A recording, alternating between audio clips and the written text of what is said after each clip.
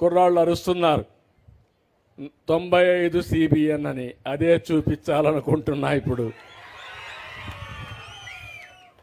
ఆ రోజు నేను పరిగెత్తా అధికార యంత్రాంగాన్ని పరిగెత్తించాను. ప్రజలకు కూడా ఒక విజన్ ఇచ్చాను. నేను అనుకున్నవన్నీ కూడా జయప్రదం చేశాం. కష్టాలు ఉంటాయి, ఇబ్బందులు ఉంటాయి, కానీ ఈరోజు మీరందరూ గుర్తుపెట్టుకోవాల్సింది ఇబ్బందుల్లో కూడా, కష్టాల్లో కూడా, సంక్షోభంలో కూడా మనం కొంత ఆలోచన చేసి బయటపడే పరిస్థితి రావాలి. మొన్నే మీరు చూస్తే నేను ముఖ్యమంత్రి అయితే నేను అనుకున్న డబ్బులుంటాయని, చిల్లి గవ్వలేదు ఎక్కడ, మొత్తం దోచుకొని వెళ్ళిపోయాడు జలగా మొన్నటి వరకు ముఖ్యమంత్రిగా ఉన్న వ్యక్తి.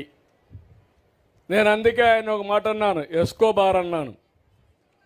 ఎస్కోబార్ అంటే కొలంబోలో పెద్ద స్మగ్లర్, మామూలు స్మగ్లర్ కాదు. ఏంటి స్మగ్లర్ అంటే మామూలు కాదు, డ్రగ్ స్మగ్లర్.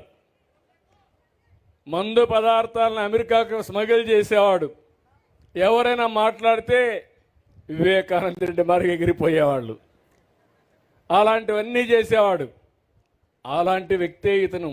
నేను చాలామంది నా జీవితంలో రాజకీయాలు చూశాను, కానీ ఇలాంటి వ్యక్తిని ఎప్పుడు నేను చూడలేదు. మీరే కాదు, నేను కూడా అనుభవించాను. అంటే సొంత బాబాయినే లెక్క పెట్టుకోకపోతే మిమ్మల్ని నన్ను లెక్క పెట్టుకుంటాడా అని మిమ్మల్ని అడుగుతున్నా. మనిషి యొక్క వ్యక్తిత్వం మీరు గుర్తుపెట్టుకోవాల్సిన అవసరం ఉంది.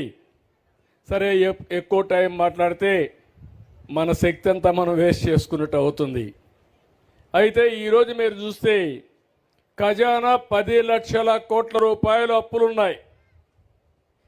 10 లక్షల కోట్లకు 1,00,000 కోట్ల రూపాయలు వడ్డీ కట్టాలి, మళ్ళా కూడా అసలు కట్టాలి. ఈ రెండు కట్టాలంటే ఎక్కడ దేవాలనో అర్థం కాలేదు. అప్పులు ఇచ్చే మార్గం లేదు. కానీ మీరు ఒక మంచి పని చేశారు.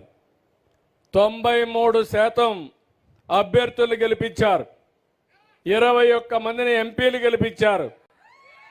ఆ ఎంపీలే మన పట్ల ఈరోజు సంజీవనిగా మారింది.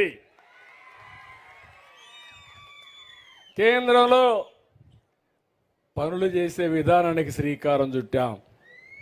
మీరు కానీ 21 మందిని గెలిపించకపోయి ఉంటే ఈరోజు నేనెంత కష్టపడినా మిమ్మల్ని పైకి తీసుకొచ్చడానికి వీలయ్యేది కాదు. చెయ్యరాని పాపాలు చేశాడు, చేయరాని తప్పులు చేశారు, ఎవరు దోచుకోని విధంగా దోపిడీ చేశారు. అన్నీ కలిసి ఆ పాపాలు మీ పట్ల శాపాలుగా మారాయి. ఆ శాపాలను తొలగించి ఈరోజు ముందుకు పోవాలంటే ఎక్కడ లేని శ్రమ ఉంది. కానీ నాకు ఒక ఆలోచన ఉంది. ఇవన్నీ తాత్కాలికం. మళ్ళీ తిరిగి రాష్ట్రానికి పూర్వ వైభవం తెచ్చే వరకు మీకు అండగా నేను ఉంటానని హామీ ఇస్తున్నా. అందుకే ఈరోజు మీరు ఒక్కసారి చూస్తే